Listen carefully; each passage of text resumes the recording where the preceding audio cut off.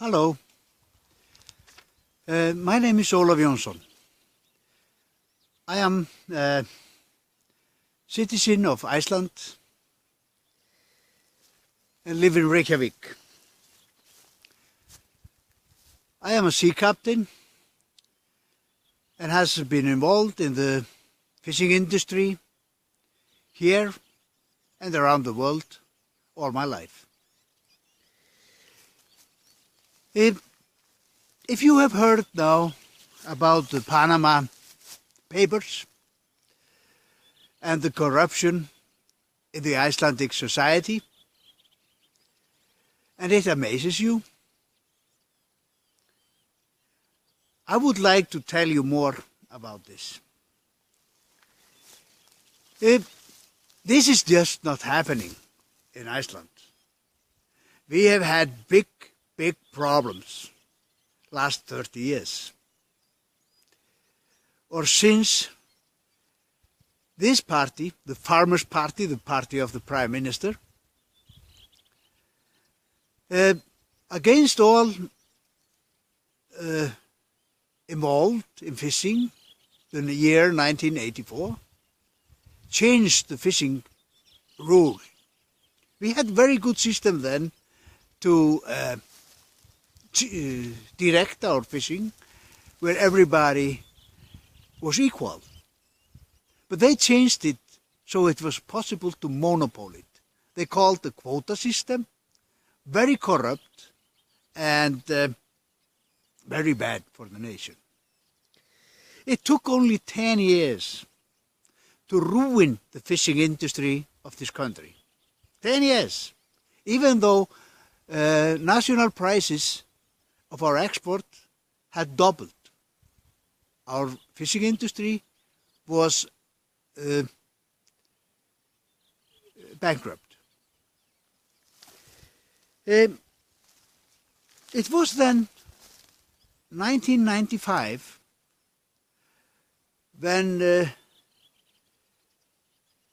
have been fighting to keep this quota system on, even though all odds said we should change back to our old system, that the Farmers' Party joined with our biggest party of the country, Democratic Party, and they funded government, 1995. This government made agreement and in cooperation with the ship owners. They changed or they made our fishing stocks part of the equity of the companies in the industry. Now they could call the quota equity of the company. And they forced our banks, which were nationalized banks, they forced them, the politicers in these two parties in the government, they forced the bankers to take those loans, those quotas, and use them as mortgage for huge printing of money. And now the bigger quota owners starting mortgaging the quotas and buying out people.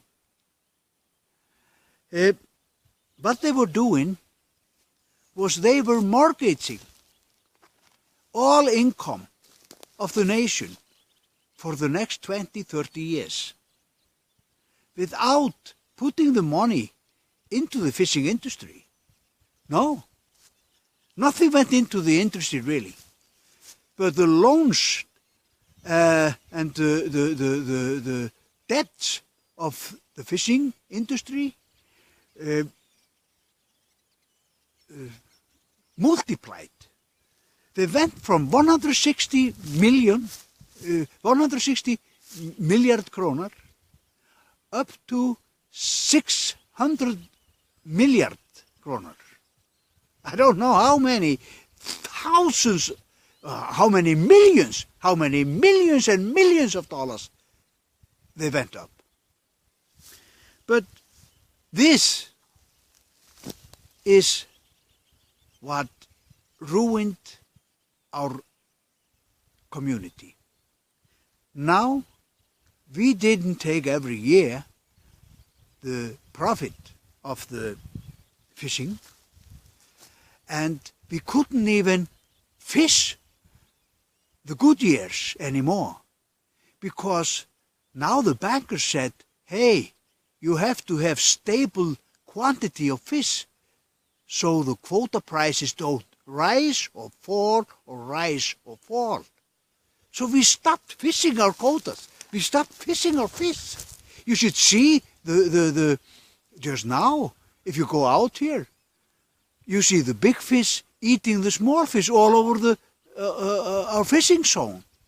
It's terrible to see.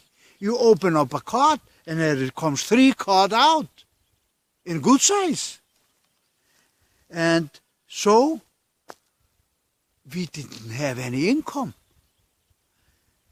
Before the quota system, we had free healthcare system. Totally free. Nobody paid nothing to go to doctor. Now, you cannot get sick. You just stay away from the fucking hospital, because they will charge you for 5,000, 10,000 euro. If you're so unlucky to get cancer, it's better just lie down and die. But this is what happened to our great, rich country. Now, you wonder where all those money come from only 300,000 people nation. Yeah, they come because they have mortgages, the income of the nation, our biggest resources, the fish. They have mortgaged it into the future for next 20, 30 years. And many people live around the world and never have to put their hand into cold water or work. They don't know what to work. They just play around with our money. Then we had around 2000, 2002, all those money now flowing around. And they started buying up the companies of the country, good, solid companies. They went for prices that are up to the sky. If we, for example, just take a little example, the money that our Prime Minister was hiding in Tortola. This came from overtake of small car dealership, a Toyota car dealership. How big could you think a dealership like this is in a nation of 300,000 people? It's not big. But do you know what they sold it for? This ship owner bought it for $58 million. $58 million he gave the owner of this small car dealership with Toyota, who walked away. And some of this money ended up in Tortola. Others may be in good businesses here in Iceland or whatever. But what about the rest of the people? The loan from the bank the ship owner took, he went bankrupt. He left us 50 miljards kroner in debt. And now we know the debts don't go to money heaven, because there is no fucking money heaven. It's only the pocket of the people. So we are paying those debts. Can you now understand that we are amazed and we are angry that people are hiding those money in Tortola or wherever, taking them away from the country.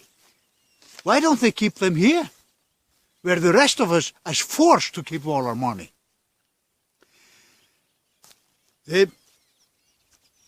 We had to pay many debts because many of those companies went bankrupt in the crash 2008.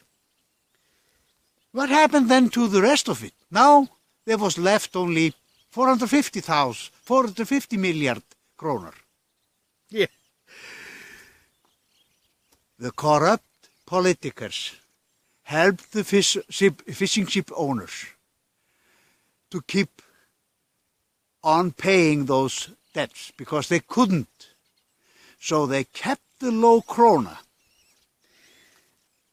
The currency of the krona was kept low, so the ship owners got a lot of kronas, but can you imagine what happened to the retirement fund of Iceland, the wages of Iceland?